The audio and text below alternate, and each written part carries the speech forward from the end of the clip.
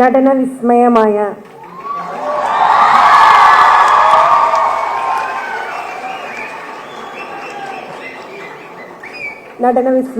ശ്രീ മോഹൻലാൽ സാറിനെ അദ്ദേഹത്തിന്റെ വാക്കുകൾക്കായി ആദരപൂർവ്വം ക്ഷണിച്ചുകൊള്ളുന്നു.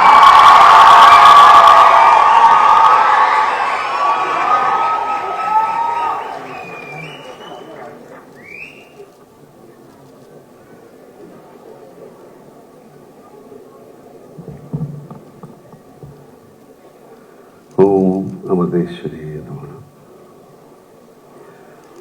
സംപൂജ്യ സ്വാമിജി പൂർണ്ണാമൃതാനന്ദപുരി, എത്രയും ബഹുമാനപ്പെട്ട Sanu master, Radhakrishnan sir, doctor Anand Kumar sir, doctor Prem sir, Shri Sarath, Rajeev, വേദിയിലും സദസ്സിലിരിക്കുന്ന വിശിഷ്ട വ്യക്തികളെ, ബഹുമാന്യരെ, പ്രിയപ്പെട്ട സുഹൃത്തുക്കളെ,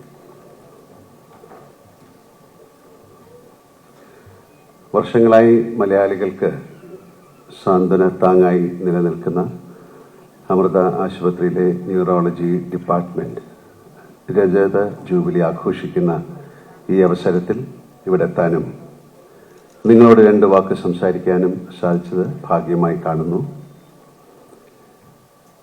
എന്നെ സംബന്ധിച്ചിടത്തോളം ഈ ചടങ്ങിൽ പങ്കെടുക്കുക എന്നത് നിയോഗം എന്നതിനേക്കാൾ കർത്തവ്യമായി ഞാൻ കണക്കാക്കുന്നു.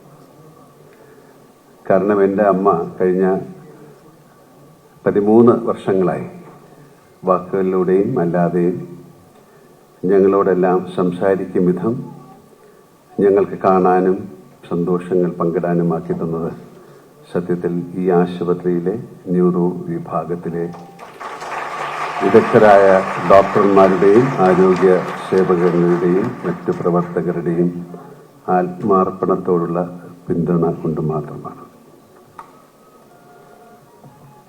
അമ്മയെ ഇവിടെ പ്രവേശിപ്പിച്ചിരുന്ന നാളുകളിൽ ഈ ആശുപത്രി എനിക്കെൻ്റെ വീട് തന്നെയായിരുന്നു. അമ്മയുടെ മുറിയുടെ തൊട്ട് തന്നെയായിരുന്നു എൻ്റെ താമസം. ഇന്ന് ഞാൻ ഫോൺ ചെയ്യുമ്പോൾ മറുതലയ്ക്കൽ അമ്മയുടെ ശബ്ദം കേൾക്കാനും തിരക്കിനിടയിൽ ഓടി വരുമ്പോൾ ആ വാത്സല്യം അനുഭവിക്കാനും കഴിയുന്നത് ശ്രീ മത അമൃതാനന്ദമയി ദേവി അമ്മയുടെ കൃപയും ഇവിടുത്തെ സ്നേഹപരിചരണവും കൊണ്ടാണ് എന്നുള്ളതിൽ എനിക്ക് മറ്റൊരു അഭിപ്രായമില്ല.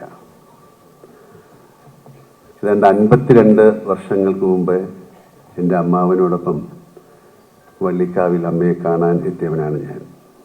52 വർഷം എന്ന് പറഞ്ഞാൽ വലിയ വർഷമാണ്. ഇന്ന് ഈ വേദിയിൽ അതിഥിയായി നിൽക്കുന്നത് അമ്മയുടെ അനുഗ്രഹമായിട്ട് ഞാൻ കാണുന്നു.